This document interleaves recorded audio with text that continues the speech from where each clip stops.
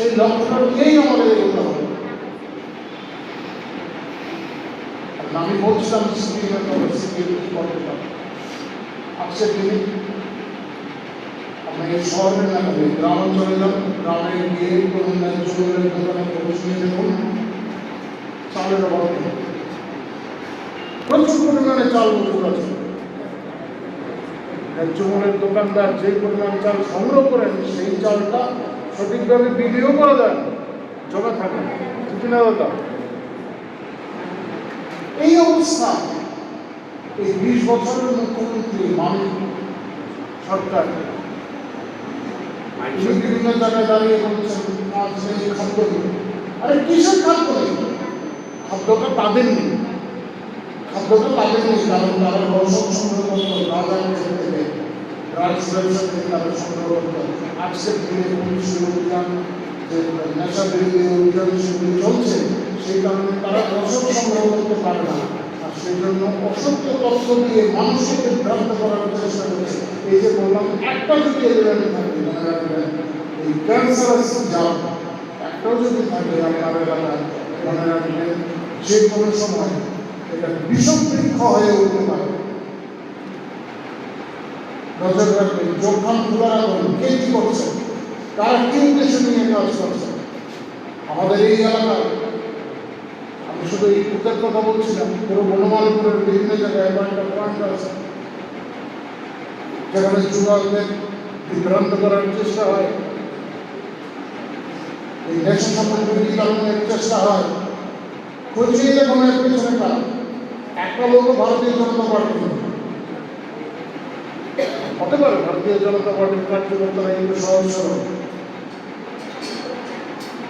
কিন্তু খোঁজ নিয়ে দেখুন এর পেছনে কারা আছে, চিহ্নিত করতে হবে। তখন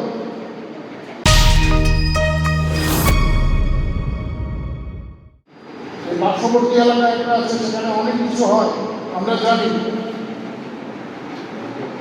কারা তাদের মদত দিচ্ছে, এই বেআইনি কার্যকলাপের মদত কারা দিচ্ছে আমাদের জানা আছে। আমরা বোঝানোর চেষ্টা করছি, তাদেরকে বোঝানোর চেষ্টা করছি এইভাবে চলা ঠিক না, কিন্তু আগামী দিনে ব্যবস্থা নিতেই হবে, আইনগত ব্যবস্থা নিতেই হবে। আমাদের কার্যকর্তারা সেই সমস্ত বিষয়ে যে আইন প্রণয়নকারী সংস্থাগুলি আছে, আমাদের সুরক্ষা বাহিনীর যারা জওয়ানরা আছেন, আইন শৃঙ্খলার দায়িত্বে যারা আছেন, তাদেরকে সেই সমস্ত বিষয়গুলি বলতে হবে, জানাতে হবে। সমাজের বিরূপ প্রভাব পড়ছে এই সমস্ত কাজে, এই সমস্ত কিছুর পিছনে এই সমাজ বিরোধী শক্তি। সিপিএম সম্পূর্ণভাবে একটা সমাজ বিরোধী শক্তি, যারা এই দেশের বিরুদ্ধে বরাবর তারা আমাদের দেশের বিরুদ্ধে কাজ করে। এই দেশের বিভাজনটা কিভাবে, দেশ কিভাবে ভাগ হল,